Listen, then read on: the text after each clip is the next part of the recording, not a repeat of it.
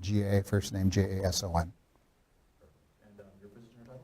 I'm a lieutenant with the Madison Police Department of our investigative service unit. So Jason, tell me just briefly what happened on Gorham Street on early Sunday morning. Yeah, it would have been shortly after 1:40 a.m. I think the call came in 1:42 a.m. at the corner of West Gorham Street and State Street, so the 300 block of West Gorham Street. I got a report of shots fired in the area. And tell me what you found when you guys arrived. Well, officers were actually within, or there momentarily. Some officers actually heard the gunfire. When officers arrived on scene, they found an adult male down with a gunshot wound to his chest, and they immediately began rendering aid. It was a chaotic scene, a lot of people fleeing the area. Picture bar time at 1:42 a.m. on a, I guess it would be Sunday morning, Saturday night, Sunday morning. And so that person, was he transported to the hospital, I'm assuming? Yeah, as soon as MFD could get there, he was immediately transported to a local hospital for life-threatening injuries, possible life-threatening injuries. As of today, do you know, is he still alive? Yeah, he is. He's. I don't know if this sounds right, but he's stable, but it was serious injuries, but he's stable, which is great news. And you kind of said it was a chaotic scene, a lot of people fleeing. Were you able to apprehend the suspect? We were eventually, later on in the morning, within a few hours, we arrested the suspect, who was also an adult male, away from the scene. Is he the only suspect you guys are aware of? For this shooting, he's our one person we have in custody for first-degree attempted homicide. We're also going to be referring charges for reckless endangering safety, because there was multiple people outside of this establishment when the shooting occurred.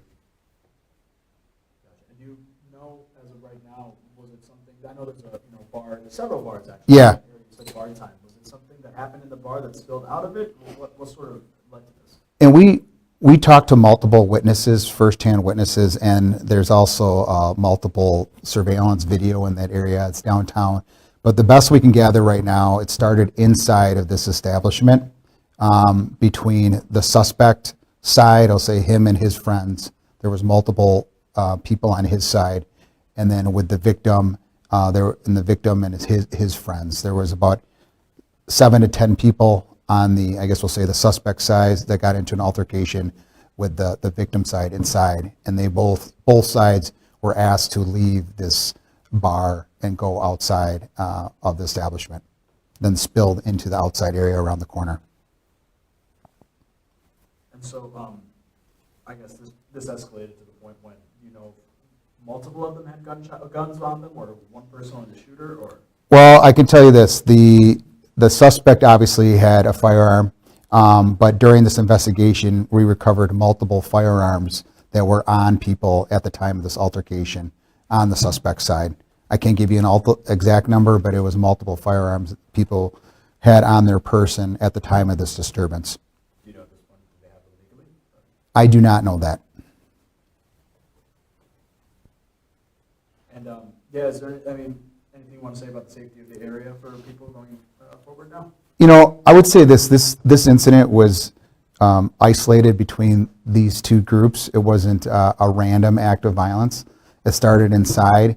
The one thing that is random is that from our investigation so far, I do not believe these two sides knew each other before this night. But this dispute started inside, which again spilled out to the outside of the bar. Anything, since you did recover multiple firearms, anything you want to say about sort of the chief's kind of recurring message about getting those guns off the streets?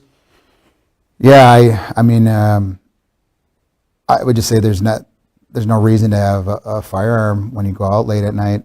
I know there's CCW and amendments. I'm not trying to get political here, but at 1:42 a.m., going into bars, being around people that are drinking, people that are drinking, the less opportunity or less access to firearms would definitely help the situation.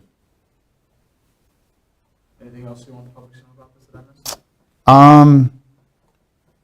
No, I thank you to the citizens around there that cooperated, the witnesses that stayed. I know that's a lot of times people feel scared to do that, but we need all that help. Thanks for the businesses nearby, assist with the officers. I wish I had their names handy.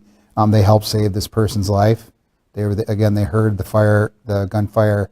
They were within moments. The MFD were there within moments. And again, I just try to paint the picture.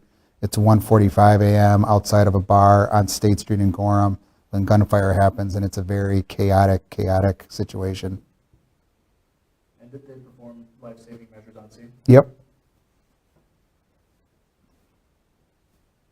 Anything else, Greg, about that? I know it's early, but is there any sort of, does the suspect have any kind of criminal history that you're aware of, or? You know, I did want to add that it seems like both sides, these are local, meaning Dane County. Sometimes people in their mind, they think these people are, when violence happens, it's come from another state, another city. They're within the area, went to local high schools. I was going to mention that I don't believe our suspect or even our victim had much of a criminal history at all. At least nothing that point popped out as being extremely violent to that nature. Can you tell us the ages of those involved? Yeah, the suspect, he's 22 years old. His name is Keontae K. Jackson. He's currently at the Public Safety Building. I won't release the victim's name, but he was 23 years old, a male. And those charges are still pending, correct? Yeah. We referred for a first-degree attempted homicide, but we're also going to refer reckless endangering safety because where the shooting occurred was in close proximity. I'll say conservatively a dozen people, if not more. I guess my only other thing is, any other charges with the different groups? Any other charges? One of the associates that was with our suspect was arrested. He was an adult male, about the same age. Don't quote me exactly, but I would say low 20s. He had possession of narcotics on him, possession of methamphetamines. That's all I had. Awesome, no problem. All right, thanks. Yeah, I didn't write down that other guy's History name. Now is always on. Get the Channel 3000 app, activate the push alerts, and we will send you breaking news, traffic, and weather alerts as it happens. The Channel 3000 app. Get it now. Powered by News 3 Now.